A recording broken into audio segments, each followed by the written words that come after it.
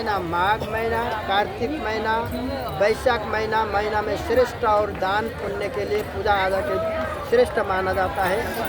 आज जो कि हमने चतुर्मास व्रत करने वाले देवशयनी एकादशी से, जो कि देवशयनी एकादशी से देवउठनी एकादशी जिसे चतुर्मास व्रत किया है उसने भी कार्तिक स्नान कर सकते हैं, और जो कि जिसने व्रत न किया तो भी स्नान कर सकते हैं। आज जो कि हमने ये ऐसे शुभ अवसर मिल रहा है कि कार्तिक महीना में हम सब बंधु बांधव मिलकर मन प्रसन्न करके आज गंगा जी की किनारे में आकर जो कि हर की पौड़ी में आकर स्नान करके भगवान के चरण में ध्यान लगाकर आज साथ है जो कि विष्णु भगवान, सत्यनारायण भगवान जी, गणेश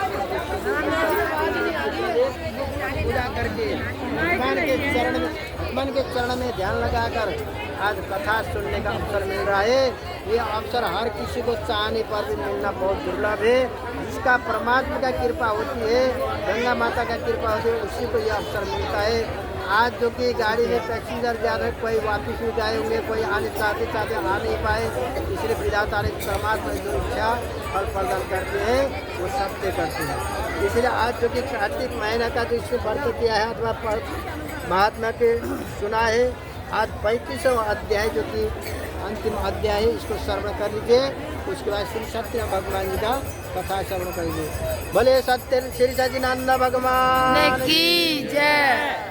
शौनकादि ऋषियों ने पूछा कि हे सुता जी, दूसरे द्वारा संकल्प दिया हुआ पुण्य भी लगता है? जैसे कि मैंने आप लोग को संकल्प करवाया, आप लोग का काम और दूसरे द्वारा किसी संकल्प करके दान कर देता है तो भी लगता है क्योंकि और या बिना दिए हुए भी मिल जाता है। तब सुता जी ने कहा कि पाप तथा पुण्य दोनों बिना दिए हुए भी मिलता है। सत्य युग में एक का किया हुआ पाप व पुण्य कर्म सारे देश को, त्रेता में ग्राम को तथा द्वापर में कुल को मिलता था, परंतु कलयुग में केवल कर्ता।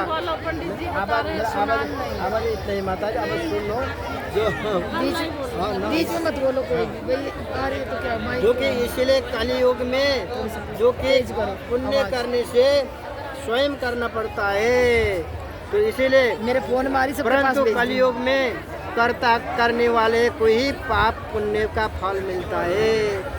जिसने किया उसको पुण्य मिल गया। कलयुग में जो क्या खुद को करना पड़ता है, तो इसीलिए जो कि मिलता है एक पात्र में एक साथ भोजन करने वाले को पाप व पुण्य का आधा भाग मिलता है।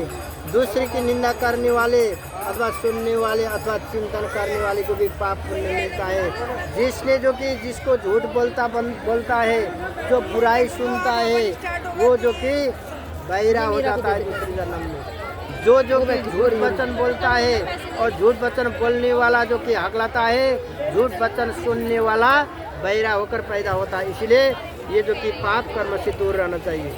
पाप पुण्य मिलता है। दूसरे का द्रव्य चुरा कर दान देने वाला पाप का भागी बनना पड़ता है। पाप या पुण्य का उपदेश करने वाले को 6ठा अंश प्राप्त होता है। इसमें बचा हमने जो पुण्य किया है इसमें 6ठा अंश पता है, 10 अंश मिलता है। आपने जो कि समझो कि पूर्ण करने पर भी 10 अंश मिल जाता है। तो इसलिए हमने जो कि 100 अंश करने के लिए तो बहुत धर्म पुण्य करना पड़ता है। पाप या पुण्य का उपदेश करने वाले को 6ठा अंश प्राप्त होता है। जैसे आप लोग को पूर्ण मिलता है तो मैं बताने वाले को भी 10 अंश मिलता है। कहने का मतलब ये है। प्रजा का 6ठा अंश राजा को प्राप्त होता है। तो इस प्रकार शिष्य से गुरु, पिता से पुत्र तथा स्त्री से पति भी 6ठा अंश मिलता है। पत्नी ने धर्म पुण्य करती है तो पति को 6ठा अंश स्वयं ऐसे मिलता है।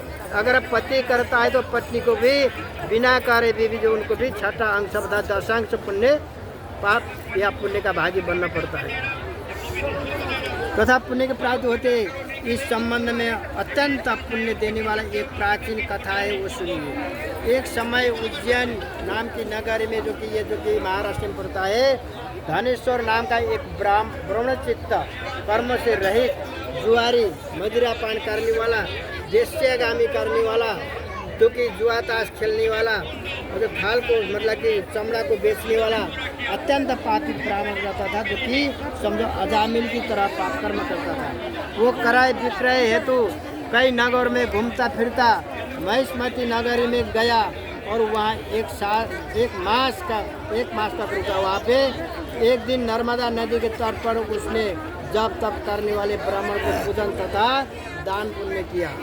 शाम के समय में शंकर भगवान जी को दीप दान किया और जो कि ज्योत प्रज्वलित किया। उसी रात्रि को एक सर्प ने उसे काट लिया। तब कुछ मनुष्य उसके मुख से तुलसी दल तथा नर्मदा का जल डाल दिया, क्योंकि अंतिम समय में जिसके में तुलसी दल पड़ जाता है, गंगा जल पड़ जाता है, तो जितना महापातक की हो तो भी स्वर्ग की प्राप्ति होती है। तत्पश्चात उसकी मृत्यु हो गई और यमदूत उसे मारते पीटते यमराज के पास ले गए। यमलोक में चित्रगुप्ता ने क्रोध भरी दृष्टि से उसी की ओर देखते हुए यमराज से कहा कि महाराज, ये बड़ा पापी है, इसने जीवन भर एक भी सत्कर्म नहीं किया है। तब यमराज ने आज्ञा दी कि पहले इसे मतलब कि कुल्ले में जो पेल दो, तेल निकालते हैं ना, वैसे तेल की तरह पेल दो। तेल सरसों पेलते हैं वैसे कुल्लू में पेल दो। पेल के तेल काटने में डाल दो। उसके बाद मुरा दो, मतलब मुदगर से उसको जो कि मार कर कुंभी पाक मतलब कि उबली हुई तेल की कढ़ाई में डाल दो।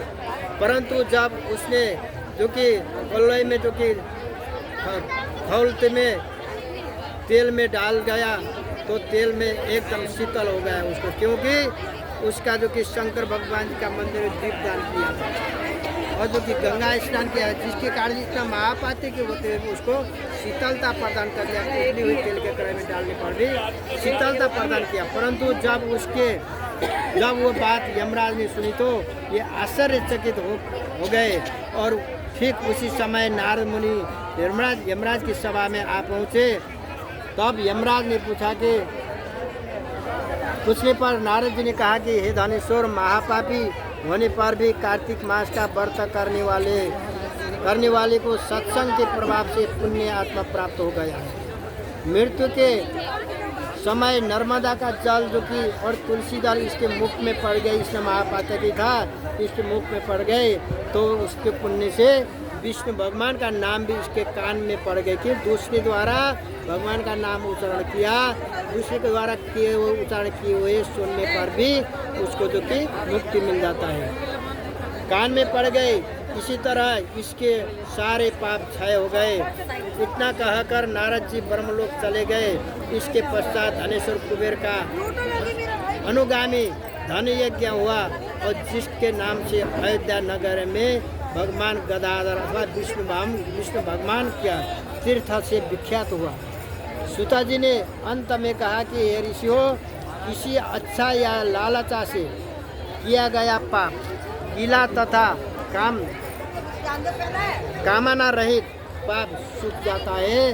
जो इसी तरह कार्तिक मास के व्रत करने से, व्रत के प्रभाव से, विष्णु भगवान का पूजा से, गंगा स्नान से, तुलसी दल का स्पर्श से, भगवान का नाम स्मरण करने से जो कि सारा पाप नष्ट हो जाते हैं। ये श्रोताओं, उस परम पिता परमात्मा की कृपा से ये कार्तिक मास का महात्म्य संपूर्ण हुआ है। जो इसके अनुरूप आचरण करेगा, जो हमने कथा में जो सुना है, जो उसी से आचरण करेंगे, जो आचरण करेगा वो तो जीवन में सभी सुख और जन्म में मोक्ष का प्राप्ति होगा। श्रद्धापूर्वक इसको पढ़ने, सुनने और सुनाने वाला को भी असीम पुण्य का फल का प्राप्ति होते है। इसलिए हमने श्रद्धा भक्ति के साथ हमेशा जो कि भगवान का पूजा आराधना, माता पिता गुरु का और जो अपना पितृदेव का पूजा आराधना और स्मरण करते रहे। श्रद्धा भक्ति के साथ भक्ति भाव करना चाहिए, इससे सारा पाप को परिचित हो जाता है। भले श्री विष्णु भगवान की जय। श्री कृष्ण गोविंद हरे मुरारी, हे नाथ नारायण वासुदेवा। श्री कृष्ण गोविंद हरे मुरारी, हे नाथ नारायण वासुदेवा। हे सब बोलो, हे नाथ नारायण बाबा गोविंद जय जय गोपाल जय जय गोविंद जय जय गोपाल जय जय राधा रमण हरि गोविंद जय जय राधा रमण हरि गोविंद जय जय भगवान की जय। आज और दूसरा हाँ जी राम राम बोलो 108।